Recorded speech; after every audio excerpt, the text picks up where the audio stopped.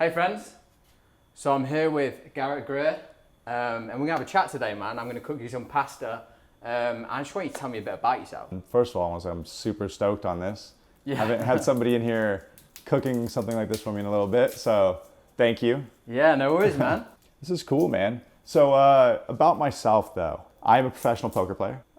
Been doing it professionally for 6 years now. Okay. But I did it unprofessionally and put myself through college back in like 2003 to 2007 at UCLA. So Okay. ages ago.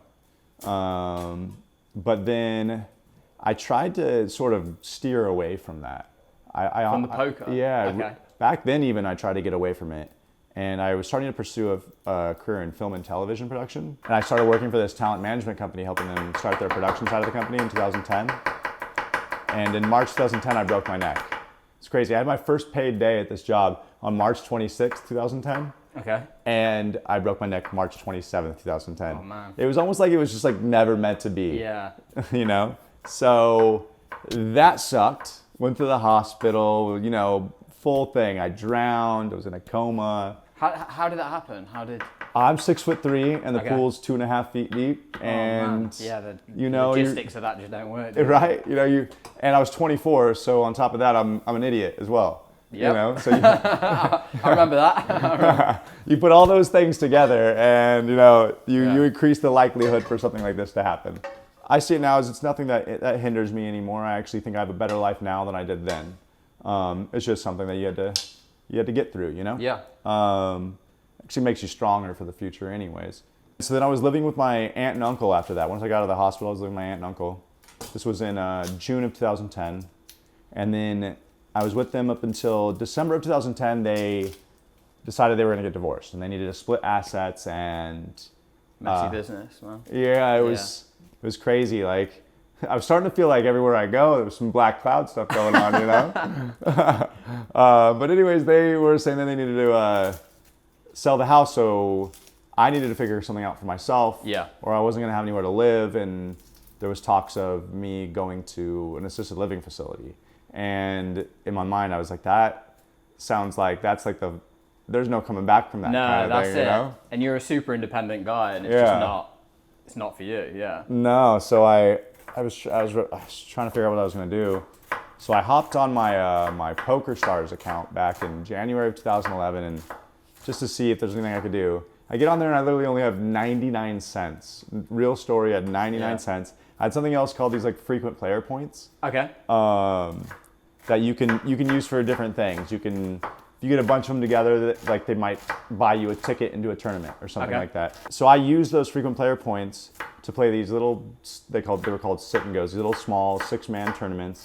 And if you got first or second place, you got $11 T money is what they called it. It was tournament money. Right. Okay. So I used up all my frequent player points and I racked up about $160 T money. Now you can't cash this out, you can't use it. You just keep using it in the game. You have to play, you play tournaments with it.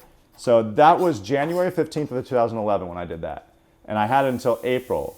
Well, I signed a lease April 9th of 2011 on my own 1-bedroom apartment in Newport because by that point, I had turned that $160 T money into $50,000 real money. It was just like... Serious playing, man. Dude, I played so many hours too. But it was like, you know, it felt so good because it's one of those moments where I really had my back to the wall, you know? And Game time.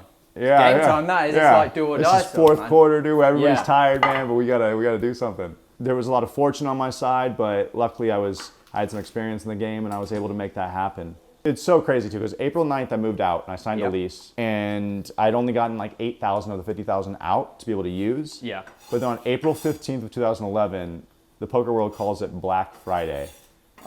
Every poker site that was running in America got shut down by the Department of Justice. It had just become my income, and I'd only gotten 8,000 of the 50,000 out. So they froze that. The other part was frozen, and I was sort of freaking out, you know, Yeah. now because I'm out on my own, I'm in a wheelchair, I'm living alone. I can't just, you know, it only became illegal in America too, by the way. So if you had been playing in another country, you could keep playing, but just America, you couldn't do it. And I had friends that were leaving America to go play. They were setting up, but I'm in a wheelchair. It's like pretty impossible. I had just learned how to like start feeding myself and getting myself out of bed and all that at the same time, you know? So traveling to another country was out of the question. So I was sort of in like for about 3 weeks there, I was in a waiting game, man. I was just like trying to figure out what I was gonna do. My funds were frozen. You know, I was just planning on living super cheap, doing whatever I could to make it last. But 3 weeks goes by, and thank God PokerStars unfreezes the money. And this is like super fortunate because every other website did not unfreeze their money.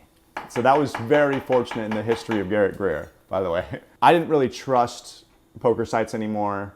Yeah. And I wasn't gonna try to do something where I was gonna get stuck in that situation again. So the next time I found a website that I could play on, I only put like $100 in there. That's all I trusted on there. Yeah. I just kept all my other money. I was like, if I need to, I'll just go do whatever I can with this money. 50,000 was gonna last me a good amount of time, you know? And everybody was really bad at poker on there. And I just started making so much money again on this website. 10 months later, I had made over $100,000 on this website. In 2013, the very first $10,000 buy-in tournament, I took a shot and tried playing. I ended up getting 7th in and winning like 160,000. And then from there, the tournaments got bigger, the wins got bigger. It just kept getting bigger and bigger until the end of 2014. I had my largest score ever, and I won over $1 million in poker. It also sort of played into it that like there wasn't much that could hold me down anymore, you know, like going through breaking your neck and being paralyzed in a wheelchair and then coming back and then being stronger than I'd ever been. It was like, yeah, it just sort of proved to me like how strong the human can be, like how strong the human body, the human mind, and human love can be, you know. There's just so much we are capable of, even when we think we aren't. Yeah. You know? With everything, the way you've described everything, it just sounds like as long as you're willing to fight, still in the game. Yeah. As long as you're willing to still do it, then yeah, like, you know, there's a way. I find you're a really inspirational person, and you said a minute ago, you've been really lucky. I don't think you have been lucky at all. I think you're a fucking winner. I never swear on these videos either. So that's kind of intense. But yeah, I think you're a winner. I think you were like, told you were going to go into assisted living, and you said, well, hell no, what can I do to not? And you went out and did something. That's like, not everyone would do that. Some people would go, oh, I guess I didn't win this one, and they'd stop. Like, you've gone out there and done stuff for yourself. Like, I think people talk about luck too much, and yeah, luck isn't how I see you, man. I think you've gone out and done things for yourself, and I think that's awesome. So, be nice to each other, and goodbye.